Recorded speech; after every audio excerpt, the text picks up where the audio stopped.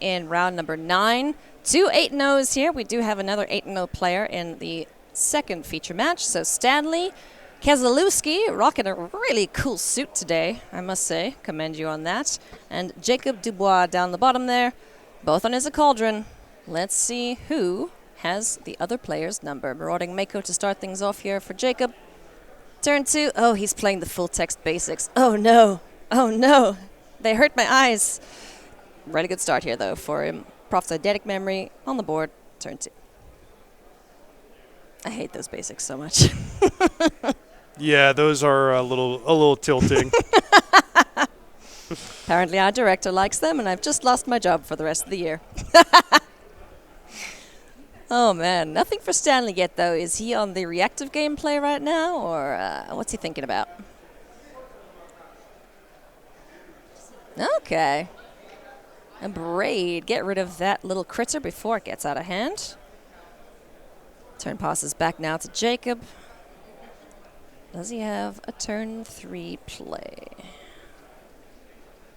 He does. It's Vivi. Hey, bud. Just a bare naked Vivi. Hanging out. No clothes on.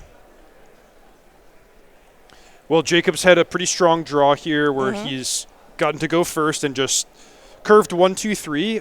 Stanley keeping pace with the braid, but the fact that he has to backpedal and answer threats on every turn is definitely putting him at a disadvantage. So, for example, if he was to deploy his own VV here, that'd be a perfectly fine play to make on turn 3, but it would mean Jacob gets to make the first move, so to speak. Yeah. So Stanley decides, you know what, I'm going to get my game plan enacted here. I got the Soul Cauldron and the Mako on the board up against this VV Onitier from Jacob. Okay. Soul Cauldron, Soul Cauldron. Counter on VV, so 1 mana available thus far. So this is an example of the really interesting mirror match dynamic. Stanley has an option here. He could eat the Marauding Mako in response to Jacob's Soul Cauldron. It's the only creature in the graveyard. However, he might also choose to keep it available so that Jacob can't make a play like fear of missing out, discard, VV, then I get VV under my Soul Cauldron. So there's these judgment calls, this timing sort of cat and mouse game that we're going to see a lot of. So VV activated. 2 mana available. Starting town in the bin, courtesy of fear of missing out. Land for turn. And now 2 counters from Prof.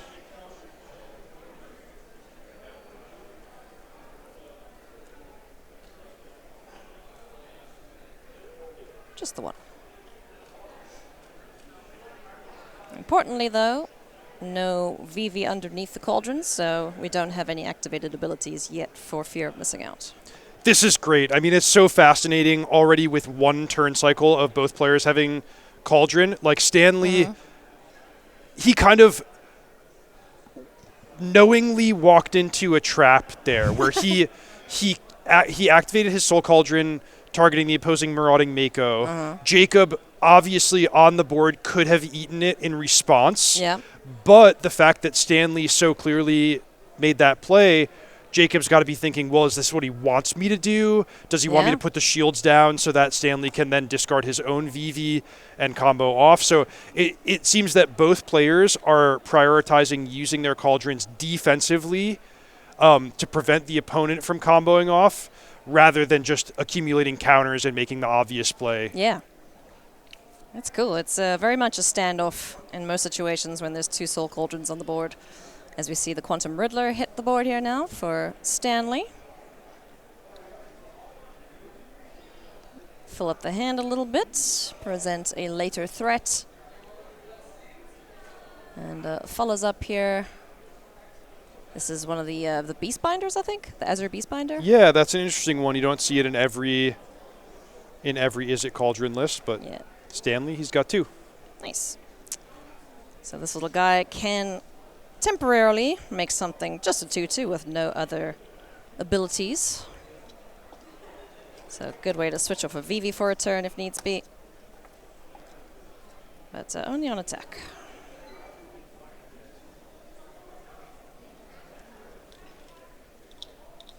Winter Night's Story. Probably one of the breakout cards from Tarkir Dragonstorm, at least in the current meta. Winter Night Stories is so nice. So it's in the model of, I guess we could call them the thirst cards: thirst for knowledge, thirst for meaning, compulsive research. But it's just got that harmonized tacked on, which makes it so powerful for these decks that like to fill their graveyards and just keep the wheels turning.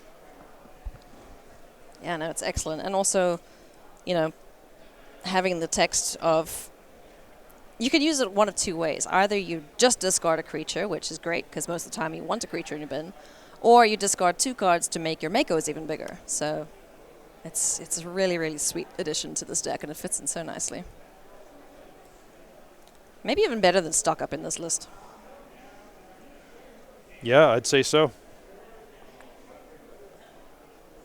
Yeah, there's a lot of card draw spells contesting for top spot. Consult the star charts now. As we move to combat here, little Vivi, big Vivi, gonna get some more counters on him. Ooh, jeez, Yeah, like many more many counters. more counters. Hello, he's a house. What's he been eating? All right, so seeing how this is playing out, it makes a lot of sense the way that Jacob is playing this slow, careful game where he's like, look, I've got the VV on the battlefield. I've got the biggest creatures. I'm on the front foot. I just need you to not have one of those crazy turns. So he's leaving his Agatha Soul Cauldron up at all times to protect against Stanley, assembling the combo that's the namesake of the deck of getting VV inside, his own cauldron to get that mana advantage. Goodness me. Also doing a good job there, I think, keeping Jacob off of Delirium. He took the damage from Vivi, so he's down to 6 and needs to pop off this turn, or yeah, we're gonna go to game 2 pretty shortly.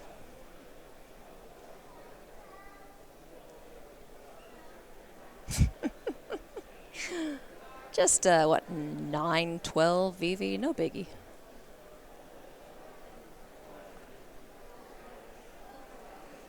All right, Stanley. What do you have for us?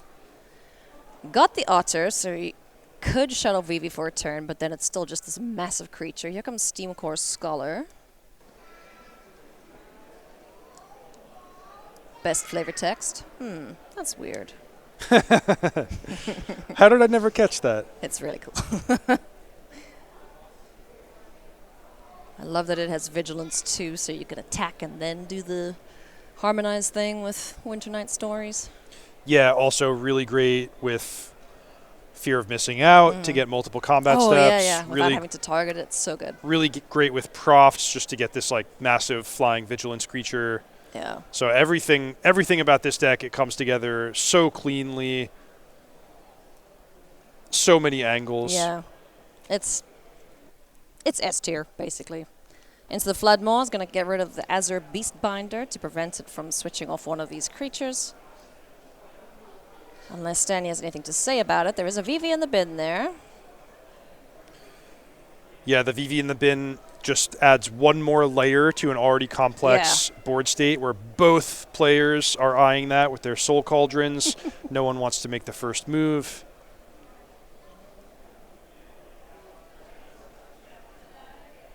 Yeah, it's so tricky, It gets to the point where you just probably neither of them activate.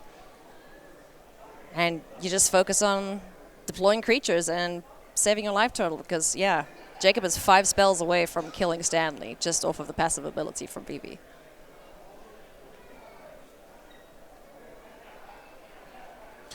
Yeah, what Jacob could do is he could try to present Delirium, at which point there will be a lot of pressure on Stanley to use the Soul Cauldron to take Jacob off of the FOMO attack trigger.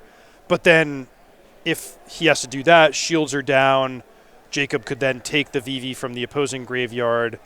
But I'm not even sure if any of that's going to be necessary because he has a 10-13 VV. I mean, let's be real here.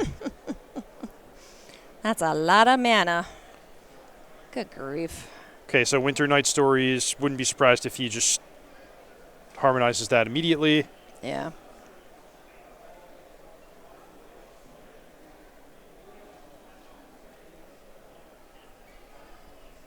All right, let's get the dice out. That's a lot of mana. Split the difference here, I imagine. 5 and 5. Activated. So, Steam Core Scholar got tapped to lower the Harmonize cost, or, yeah? Yeah, 2, 3, 4, 5, yep. So, draw 3. Ding. Down to 4 goes Stanley. I mean, he might just die here without attacks even being necessary. Let's see. What does Jacob find?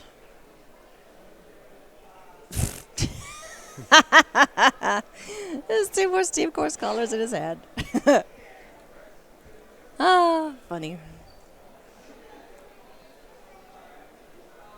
Oh boy, so many options. So much room for activities. Can't see what the card is on the left there, the red one. Steam Core Scholar gets chucked. Yeah, so even with what we see, you know, you could just play a bunch of creatures, draw a million cards. If you end up with Delirium, then you're gonna basically force Stanley to chump block with his whole board. Yeah. Oof.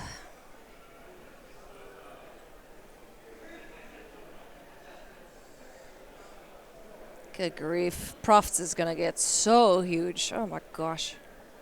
That's 7 cards already, so he's got, what, Fear missing out, another... Okay, Jacob Evie? found Into the Flood Maw too, so you can remove a blocker, you can remove...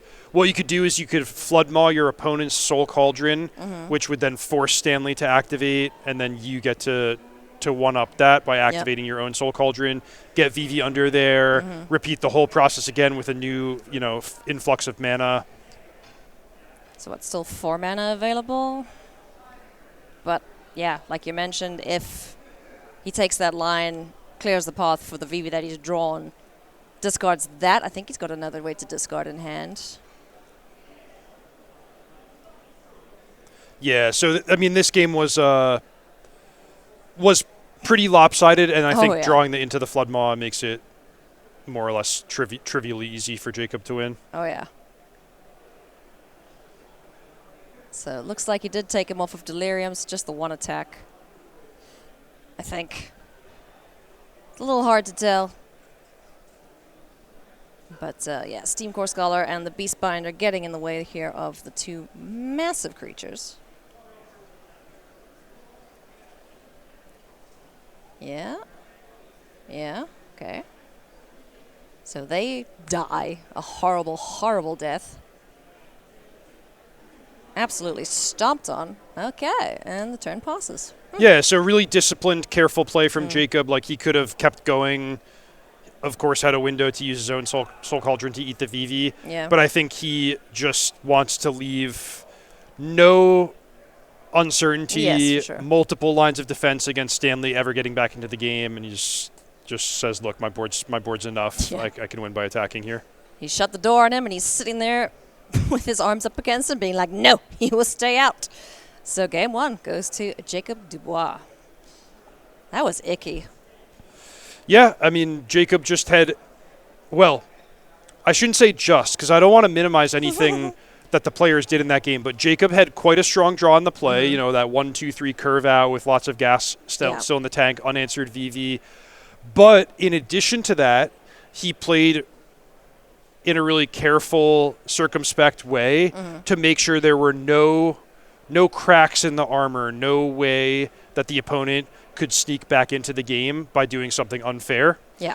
So that's just good magic, you know, knowing how to establish an advantage and then protect that advantage really, really well. Yep, absolutely. Making sure he doesn't trip over his own feet 2 feet from the finish line. As both players now consult very similar sideboards. Right, yeah, this is, 10 cards the same here. Both players with 2 Annul, 2 Fire Magic, 2 Torch the Tower, 2 Spell Pierce. 1 Disdainful. 1 Disdainful Stroke, so that's 9 cards the same. Broadside Barrage as well. Yep, 10 cards the same. Okay. So Good job. what are the differences here? Draconautics Engineer, negate, Ral, unable Nova to Hellkite. scream, Yeah. Nova Hellkite, Quantum Riddler, but That's Stanley has spicy. the extra Quantum Riddlers in the main deck. You're pointing to Monuments? Monument of Endurance. Yeah, that's cool. that is cool. So I love that as sort of a non-graveyard angle to take in the game. If you think about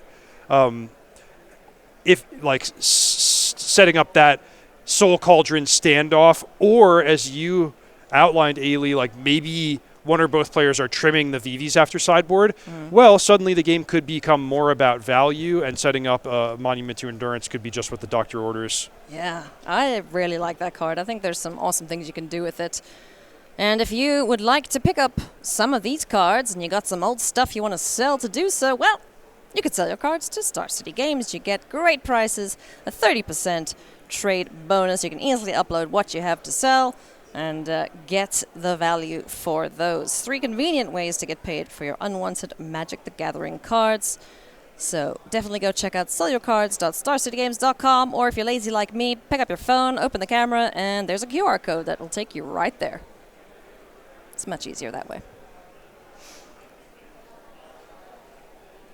All right, let's see if the players are happy with hands. Ooh, I see a Mako, I see a VV, land stuff. Cool. All right, Thundering Falls, let's go. Does that stay on top here for Stanley? Both these players undefeated. This is the final round of day 1. They'd love to go into day 2 with a 9-0 record.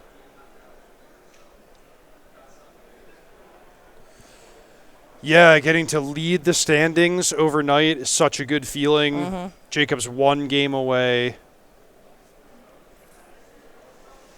Still cool, calm, and collected. Both these players keeping their composure as Marauding Mako hits the board here for Jacob. What does turn 2 have for Stanley?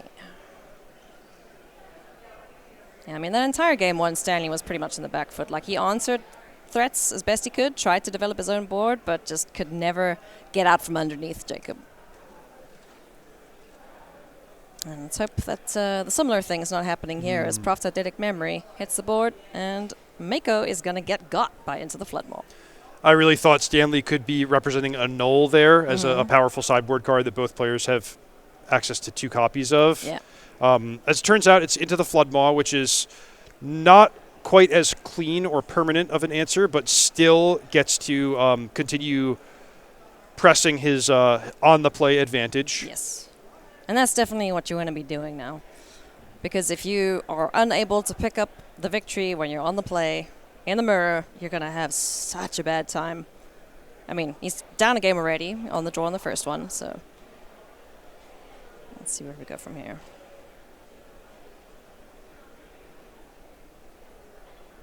So, damage in. Oh, Mako gets brutal for Stanley, no 3rd land. Ruh-roh. Winter Night's Story in the yard there as well. So that's something that could help get him out of this possible hole he's digging himself.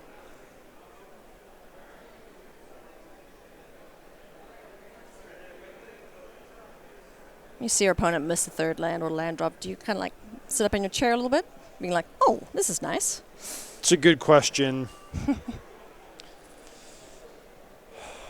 Man, how to answer that? It's It's okay to be happy if your opponent stumbles on resources. You feel bad for them. Still, obviously, everyone wants to play a good game of Magic, right? You don't want the game to be determined by flood or screw. But it is a part of Magic. in the moment when you're there.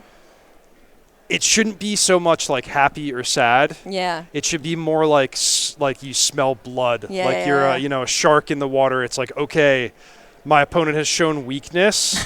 How do I capitalize? How do I get the game over with before they can right the ship? Because I will say, I've played hundreds of games where my opponent missed a land drop or like had a bad start, something bad happened to them, and then they came back and beat me. Yeah. So you don't want to get overexcited or count them out too early. Yeah, for sure. And that's the key is like, okay, let's calmly process what's going on in the game, what's going right for me, what's going wrong, and how do I make sure, things keep going right. Yeah. Capitalize on the board state as it is. Tersa Light Shatter hits the board here. Gonna discard a couple more cards. Get some more counters on our little shark friend. That's a pretty formidable force he's establishing here, Stanley. Yeah, so Are we only discarded one to the Tersa, which is a pretty strong a sign of strength because the extra counter on the Marauding Mako would be pretty meaningful there. But he was able to get Delirium based on the 2 types of fear of missing out that he discarded. And, it's good news for Stanley if he thinks he has a really strong hand. He wants to hold on to his cards. Nice. Yeah, Tersa's so cool. I think she was one of the cards I was most excited for. Yeah. But then, no one seemed to be too high on her until Vivi appeared, so... Here comes Mako, Winter Night Stories, lots of cards to be drawn, dings to be done, and dealt. Can Jacob get back into this game? So he'll have as many as 2 counters on the Mako and 1 mana from the Vivi, but he does have the Profts too, so so he can have a whole basically second turn after combat here by making the 4 power Vivi. Nice. Yeah, maximizing what he gets out of the Vivi activation. I'd be very curious to see how many of the combo pieces they kept in, if Cauldrons are in. Nice, all right. Dismantling that board. Yeah, he did miss the Vivi triggers. Yeah. Could have picked up a couple extra counters there. But yeah, I mean, could this be a repeat of Game 1 where Jacob just rides the big unanswered Vivi to victory? I'm not ready to write that in stone yet because, once again, Stanley, it is meaningful to me that he liked his hand in the moment that he cast the Tersa, didn't over-discard, so let's see, Stanley, what's the plan? I think you have to do something better than just replaying your creatures. Yeah.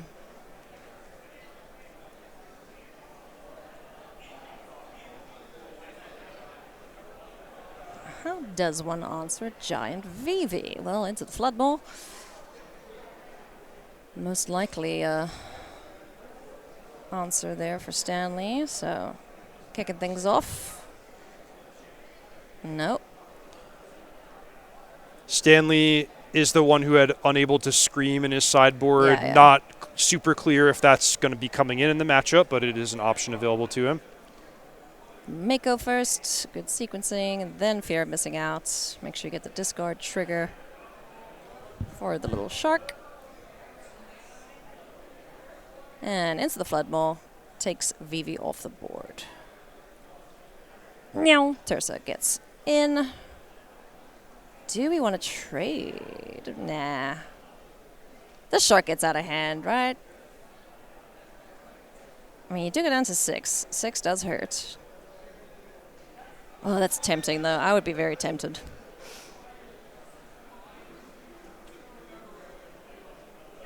So, Jacob feeling confident that 6 is enough to survive here. Card drawn. We got Winter Night Story in hand.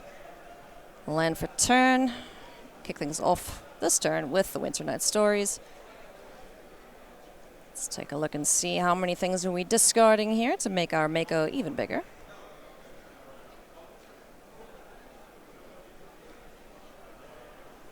So some extra creatures would be very handy here for Jacob.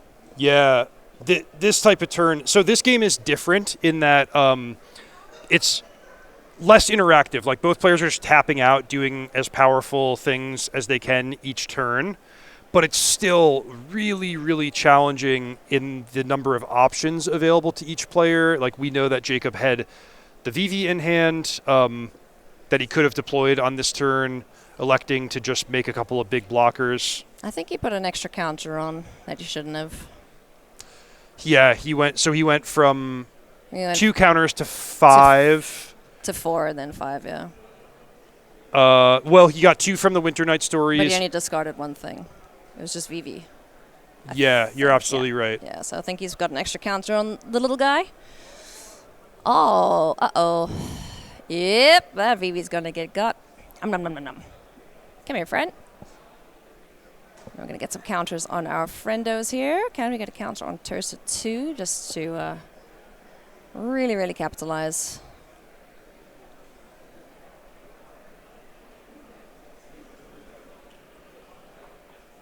Are we just sitting tight? We have Delirium. Yeah, we still got Delirium there. Can't really attack into this massive shark.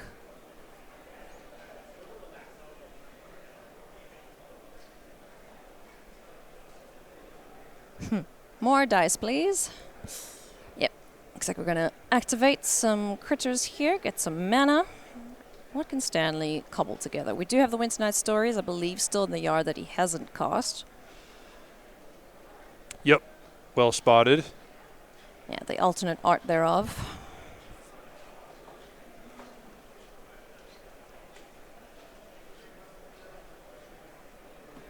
And I think he'd still keep Delirium because he's got a, what's that, land in there? Okay.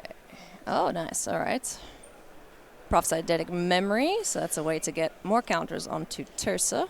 Yep. More counters, more mana. Although it's tricky because Stanley would really love to get the game over with. Yeah. Which would mean connecting in combat. So being like, okay, I'm going to use Profs to get a counter on Tursa, then make more mana. That would miss the window of a lethal combat attack. So let's see what he can put together in terms of buffing his attackers, removing opposing blockers. Which creature just came in? Or are they all able to attack this turn? Oh, Soulstone Sanctuary's there as well. No, yeah, everything can attack this turn. So the mana was spent on Soul Cauldron and then Prophesied Memory. Okay, cool. So we still have Delirium, right? So just swing all. Yeah, Chariot. That works. Coming forth to carry me home, etc. Because 2 blockers, sure, they can kill off something, but no mana. Big ouchie. Because, yeah, they're all 3 toughness, 3 power, right? Yeah, any 2 of these should be lethal.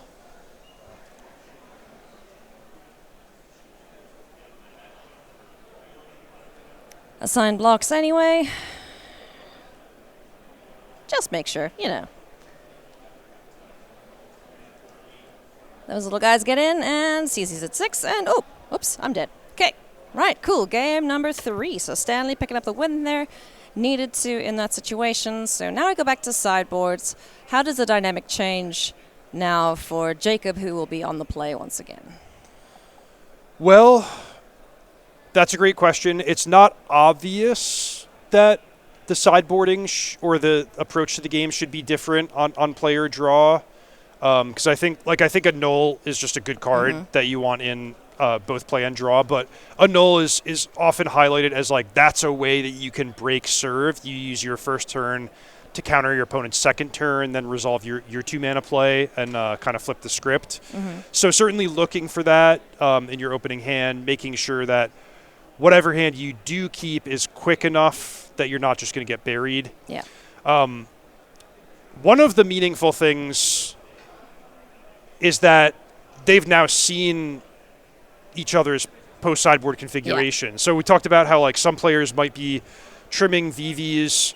Jacob, I think, showed 2 in that game, so maybe he's not one of the players who's adopting that strategy. I don't believe Stanley showed VV, so he was more on the big creatures and crunch plan. Big dum-dums. I'll steal your VV. Which is exactly what he did there. While the players consult their sideboards and get shuffled up, we want to say a big thank you to our sponsors for this weekend. Thank you to Beckett and Dragon Shield for sponsoring SCGCon.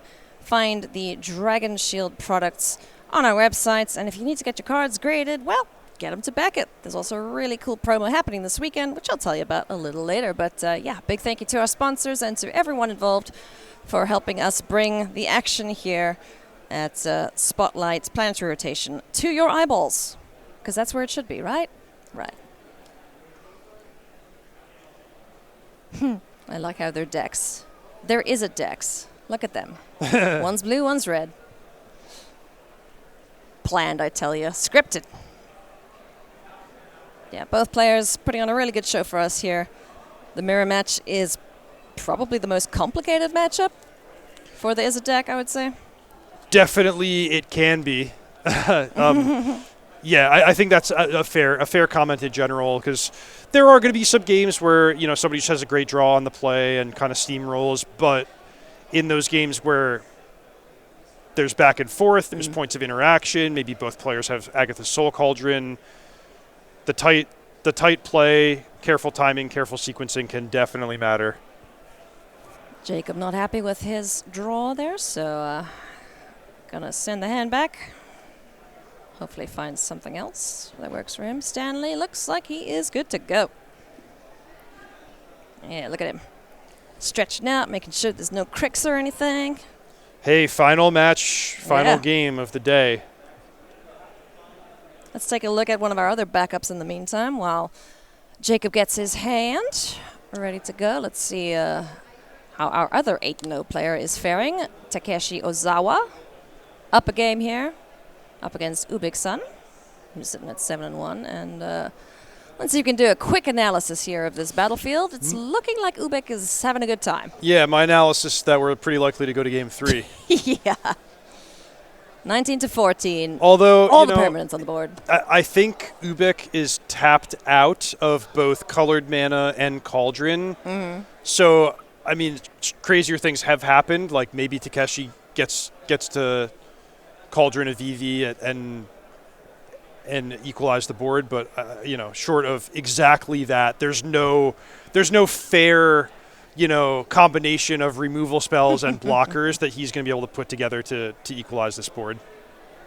Yeah, no, this is looking like the ideal situation that the Cauldron player wants to be in from Ubik's side of things. But gonna put up a good fight here. Steam Core Scholar, drawing a couple cards. And it does look like our main match is ready to go. So, Marauding Mako on the board here for Jacob. We'll confirm, but I think he mulled to 6. Nice. Good start here. If I saw correctly, I think Jacob ended up keeping a high potential one-lander there, like Mako, FOMO, you know, land. Fingers crossed go. Fingers crossed go, and I think he drew that mountain. Gotta risk it for the biscuit sometimes. Look at this. Mirror match in every sense thus far, down to the lands.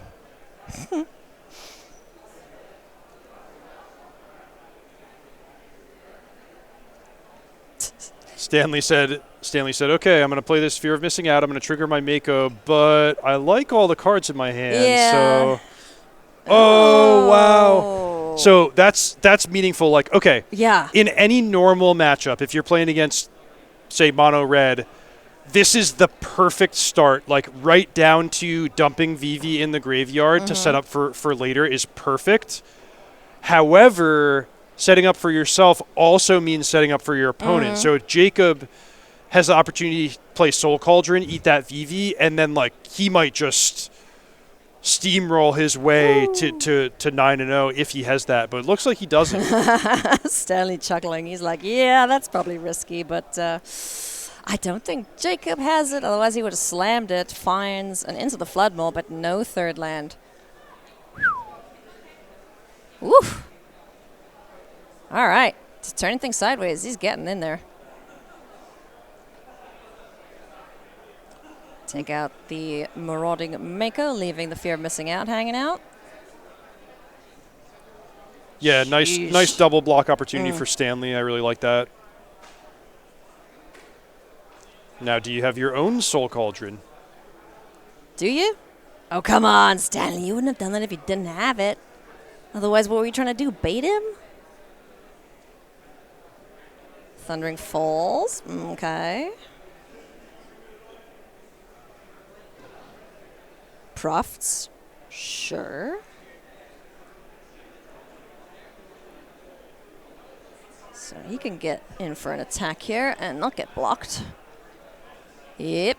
Turn sideways. Take 3. Down to 17 goes Jacob. What are these guys doing? They're just like playing hot potato currently. It's like, ooh, who gets the VV? Well, now there's 2 for us to share. It's okay. Yeah, I mean, the second one not super meaningful because it's all about whoever deploys the first Soul Cauldron here. Yeah. And, we talked about, like, there is this possibility of players trimming VVs. I also want to make it clear, like, that's not our recommendation or us saying that everyone's doing that. It's just a possibility. I don't think there's any possibility somebody's taking out a Soul Cauldron. I think I would be shocked if both players didn't have 4 in their decks after sideboarding. The reason I say that is in the Arena Championship, Corey was casting it, and he mentioned every time I would like listen in and hear what's going on, he mentioned, yeah, they took out both the VVs or 2 VVs, so only had 2 of them in the main deck. So it's like, oh, okay, interesting. And that happened quite a few times. It kind of makes sense to me as like, okay, I want to access this card when the game goes long, but maybe I don't want to be in the spot that Stanley finds himself in, where I feel pressure to like put a naked VV into the graveyard that could cause trouble later. Yeah. Winter Night Stories gonna make one of these critters real big, courtesy of Propsidetic Memory. Jacob's still struggling on lands here, friends, so not looking good for our other undefeated player at the bottom of your screen. So what we're seeing here is just a good old-fashioned creature battle. Let's play some spells, make big bodies, take advantage of Propsidetic Memory, up until the moment where someone does find Soul Cauldron, and then the dynamic of the game will change. Yeah. So no Delirium just yet. That little Mako getting real big. Again, perfectly balanced, barring the land situation, and that is going to hurt Jacob. It's hurting him already. You can see he can't do anything meaningful on his turn. He's got some reactive spells, but that's about it for this moment in the game. Just has to pass turn. What was that you said about smelling blood in the water? Stanley's got to smell blood in the water. Get it over with. Give your opponent as few draws as possible in a dangerous situation. Oh, I want to say that should do it, but there is a Into the Floodmaw in hand. There's the activation. So Jacob could... Oh, he doesn't have 2 blue. I was going to say Into the Floodmaw and then Spell Pierce it on the way back down, but he has that mountain. That would be nice. Pesky mountain. Into the Floodmaw going to get rid of the biggest thing on the board that makes the most mana. There is a Winter Night Story in the yard too, so definitely don't want that Mako sticking around making as much mana as it would have.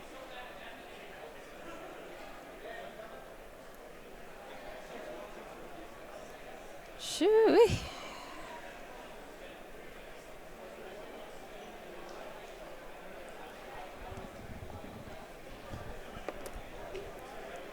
So Vivi is now underneath the Soul Cauldron. Fear of missing out can help out in this department. So let's make some mana. 4 of it to be precise. 2 and 2. Where do we go from here? Or 1 and 3. Okay.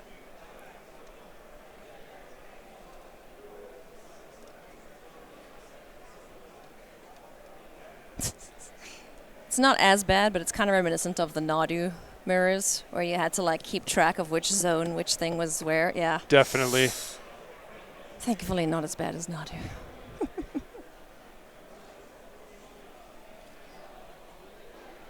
Uses all that mana. We got a Riddler. Hell yeah. Quantum Riddler. Draws another card. Is that the first card drawn this turn? It is, right? Yeah, so Stanley is looking to use Propsidetic Memory to add a counter to the Riddler, get more mana after combat. Are we delirious? Looks like it. Meow. Yeah, don't forget the trigger. You do get that twice. Bonk. Down to 5. I think Stanley is looking poised to be one of our undefeated players, potentially the only undefeated player here, as we wrap up things on day 1 of Spotlight Planetary rotation.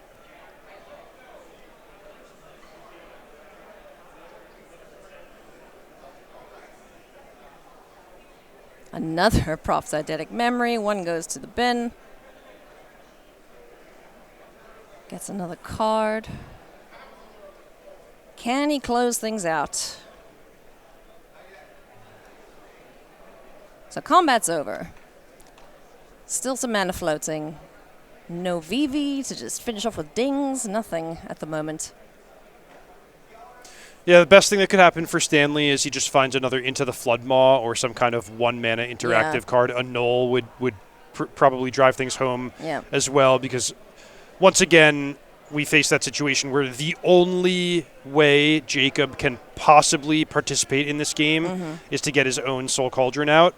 So if you just leave up, a Null, Spell Pierce, Into the Floodmaw, whatever it might be, I don't think there's any fair way. Jacob agrees. That is going to do it. Found another Fear of Missing Out. So Stanley Kesilew is undefeated. Let's go.